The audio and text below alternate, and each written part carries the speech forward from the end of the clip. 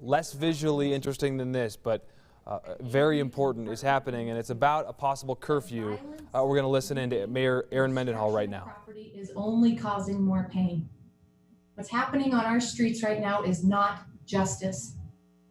Today, Salt Lake City wanted to give people the space they needed to express the anger and hurt and frustration felt by so many in our community. The right to protest is legitimate and it is critical to democracy. Hundreds, perhaps thousands of people in Salt Lake City did just that today, peacefully protest. We join with those who demand change and are ready to work together. The unfortunate choice of some to inflict destruction and chaos does nothing to right past wrongs or rebuild a system that is unjust. Salt Lake City Police made a calculated decision today to allow protest, vandalism, and even the loss of a police vehicle instead of ratcheting up the likelihood of a violent confrontation with aggressive police action as we've seen across the country. Salt Lake City Police are extensively trained in de-escalation, and their restraint today, even right now, is evidence of that. As we've seen in cities across the country, these protests have drawn some individuals that are less interested in racial justice than they are in wanton destruction. This is not acceptable, and it undermines the message these peaceful demonstrators marched for today. The safe space we offered for today's protests is no longer safe for anybody. So with my support, the Salt Lake City Police Department has been mobilized to stop the violence, destruction, and the looting in our city. Our police department is being supported right now by the Utah National Guard, Utah Highway Patrol, and police departments valley-wide. Additionally, I'm enacting through an emergency proclamation a curfew that will take effect at 8 p.m. tonight. The curfew will apply to the entire city. It will extend from 8 p.m. today until 6 a.m. Monday morning. During the hours of curfew, people may not be on a public street or in any public space, including for the purpose of travel, with the following exceptions: law enforcement, fire, paramedics, or other medical personnel, news media, people traveling to work. I wonder why they don't switch to the Caring for a family member, friend. Herbert speaking now. I'm watching her on Zoom, but I believe that's Pastor Davis, and we're so glad you're back with us. I'm going to wrap my remarks and I'll hand it right off to you, Pastor Davis. The exceptions: people traveling to work, obtaining food, caring for a family member, friend, or an animal, traveling to the airport, seeking medical care, fleeing dangerous circumstances, or experiencing homelessness. Private businesses may remain open, but people may not be out on the streets or in a public space for reasons other than those I've just listed. Please, if you are on Salt Lake City streets right now and you do not meet those exceptions, go home. This city belongs to all of us. We've worked hard to build this place, and we must work just as hard to protect it and do the productive work of fixing what is broken in our city and in our systems. Violence is not helping. As Killer Mike said to the city of Atlanta and to our nation last night, have strength, empathy, and determination. It is okay to feel anger. It's okay to demonstrate. Violence and destruction only make the problems worse. And tonight, I ask you, stop destroying our city. We will continue through the media to be in communication with you and update you throughout the evening and this weekend. Thank you, Mayor. This is Reverend Davis. Thank you for being with us, Reverend Davis. I'm so glad you're here. Well, it's my pleasure, and I want to echo the concerns for our community. We're all a part of this community, and no use anybody destroying any part of it. It's okay to be frustrated. It's okay to be angry, but the expressions of our anger and our frustration have to be in nonviolent ways. So I want to summon the community, along with the mayor and the police chief, to do all that you can, but do it nonviolently. Thank you all for listening, and I hope that we'll work together to bring a solution to this. Thank you. We will now turn our time over to Governor Gary Herbert. Well, thank you very much. And thank you, Mayor Mendenhall and Pastor Davis, for your words of counsel and wisdom.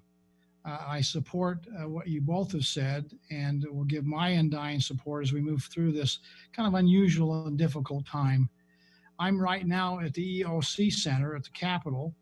We have a unified command where we've in fact combined the efforts of our public safety people, our highway patrol and troopers, as well as Chief Brown and the Salt Lake City Police Department. We're joined by 13 other cities and their police representatives here in this unified effort. And as has been mentioned by you, Mayor, I'm activating the National Guard to help where we need to have their input, their labor, and their help in clearing the streets and making sure that we, in fact, do not have any additional rioting and looting that's taking place. I'll just echo what has been said, too, and that is that we understand, I think most of us agree that what happened in Minneapolis was despicable. And we have instances of that happening periodically around the country, and that's not, something that we support. At the same time, we honor the ability for people to assemble and to issue their complaints and address the government and peaceful protesting. But unfortunately, what I've seen in the last few hours is that's gone from a peaceful protest to just criminal behavior.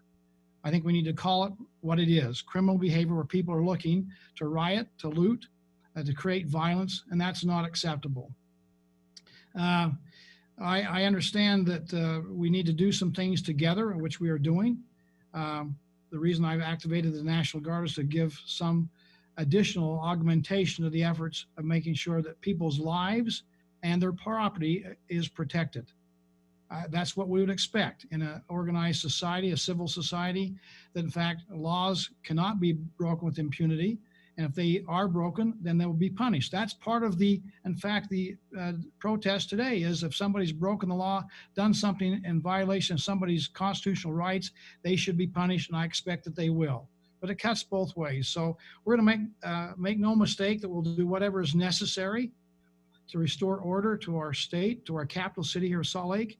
Mayor Mendenhall has my 100% full support to do what we need to do to, in fact, restore order here in our capital city. And I would say that's the truth throughout the state. We have other cities that have maybe smaller protests, but we're concerned about anything that becomes less than peaceful. We'll be there to help our other cities too. So let me just conclude by saying, I would hope all of us, as we understand the issues at hand, will stand tall for civil rights. If there's bigotry, if there's racism, that should not be tolerated. We live in a state that leads the nation when it comes to volunteerism, charitable giving, helping neighbors, helping people we don't even sometimes know because we care about them as children of God, neighbors that we don't know, but we want to make sure that their lives are better.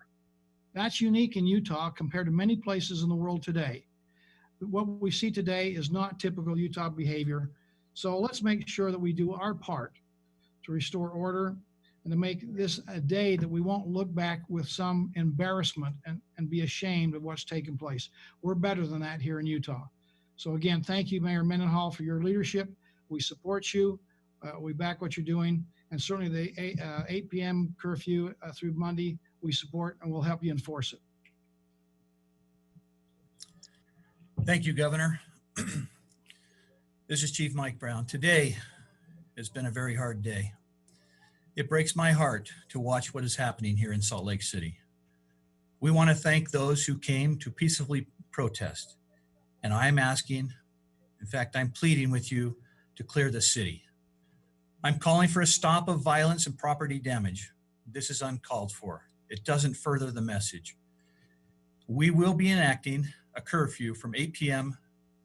tonight through Monday at 6 a.m. in the morning. We have a unified command with federal, state, and local personnel, and we intend to be on the street. We will enforce the laws and this curfew. We have put resources downtown to prevent looting and violence. All available officers in the valley have responded to Salt Lake City and are being implemented into this plan. We will be enforcing this curfew and working to stabilize the infrastructure. Make no mistake, and I echo what the governor said, we will prosecute those that are committing these crimes. I mourn the murder of Mr. Floyd. and what we saw in Minneapolis. And we as a city are committed to ensure that nothing like that happens here in Salt Lake City. But fellow Utahns, this is not the way. Why did it take us so long? My hope was that it wouldn't turn to this. And sometimes it doesn't pay to rush in without a good strategic plan. Often we just become the targets, and our mere presence escalates the situation, which we saw today. Neighbors, friends, please stay at home and pray for everybody down here that this comes to a safe end.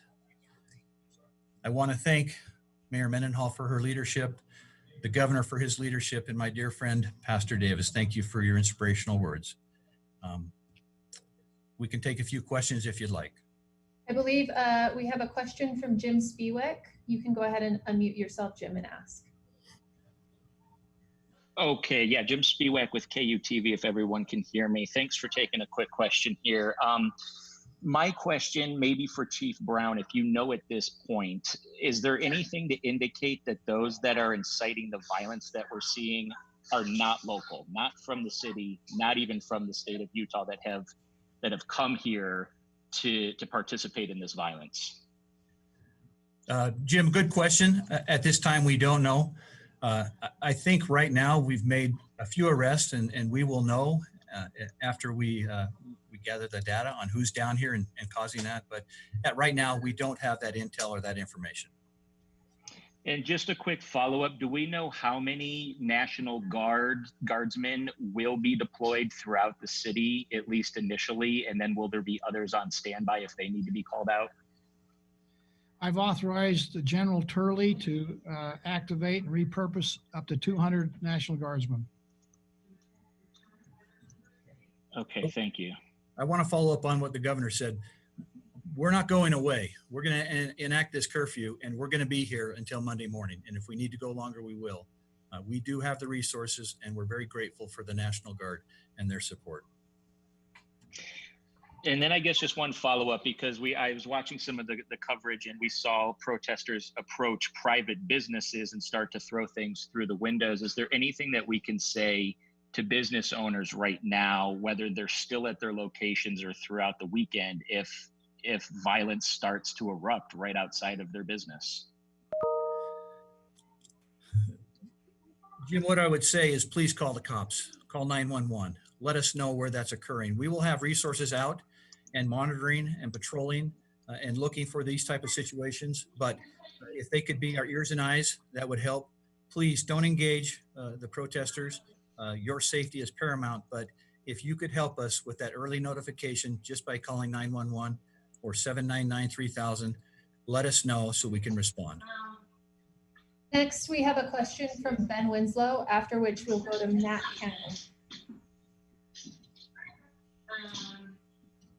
Hi, Ben Winslow with Fox 13. Mayor Mendenhall, do you support the use of National Guard? Or, and I guess a question also for the governor, are there concerns that this might escalate the situation even further or inflame it further? First, absolutely, I do support of additional resources coming in to secure our city, our people, and our property here, our infrastructure, the public infrastructure. The streets of Salt Lake City downtown are not safe right now. Salt Lake City Police Department needs that additional support and resources, and we're grateful for it. We need to get this under control immediately. Ben, let me add to what the mayor just said. As we look around the country and see this not only here currently, but in times past, any kind of a delay that we have just allows more activity to occur. It has a kind of an energy of itself. We don't want that to occur. So we want to get on top of this now directly with adequate force to enforce. These are not going to be out there bullying people. They're just going to making sure that the laws are enforced, that rioting and looting and destruction of people's property and threatening their lives is going to be stopped. So again, we're careful about how we're going to approach it. These people are professional, have been trained for this kind of a situation. And I expect professionalism up and down the line when it comes to enforcing the laws of the city and the state. Go ahead, Matt. This is Matt Canham from the Salt Lake Tribune. has there been any injuries that we know about at this time? Has anyone been hurt? Two, Governor, if you could comment about the vandalism and messages spray painted on the Capitol building and what you would say about that. And three, do you have any reaction to the comments from the president indicating that when the looting starts, the shooting starts? Should people in Salt Lake City be afraid of being shot?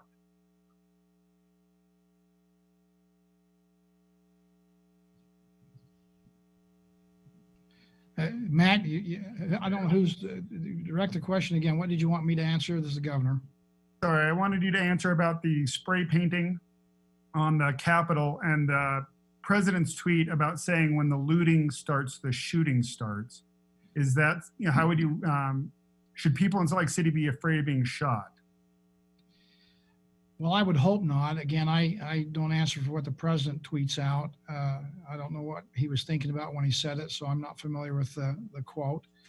There may be some history behind, looting and shooting. It does seem to go together too often, as we've seen historically. We don't want that to happen here. I don't expect that it will happen here.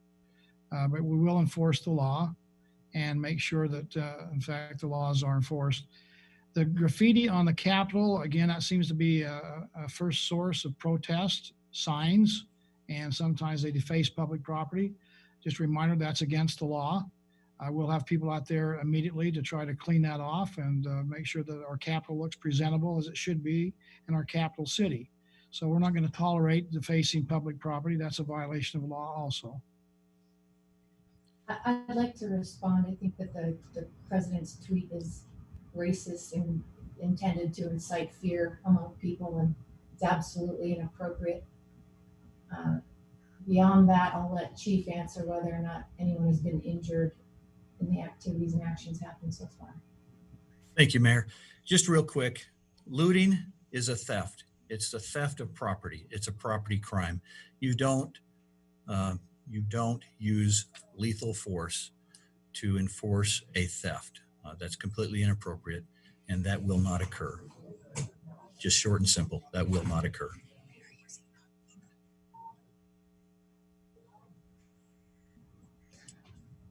Thank you very much, everyone. I think we're going to wrap here. If you have additional questions, please reach out. We'll try to answer them as best we can. And as Mayor Mendenhall said, we will continue to update you as the situation progresses. Thank you.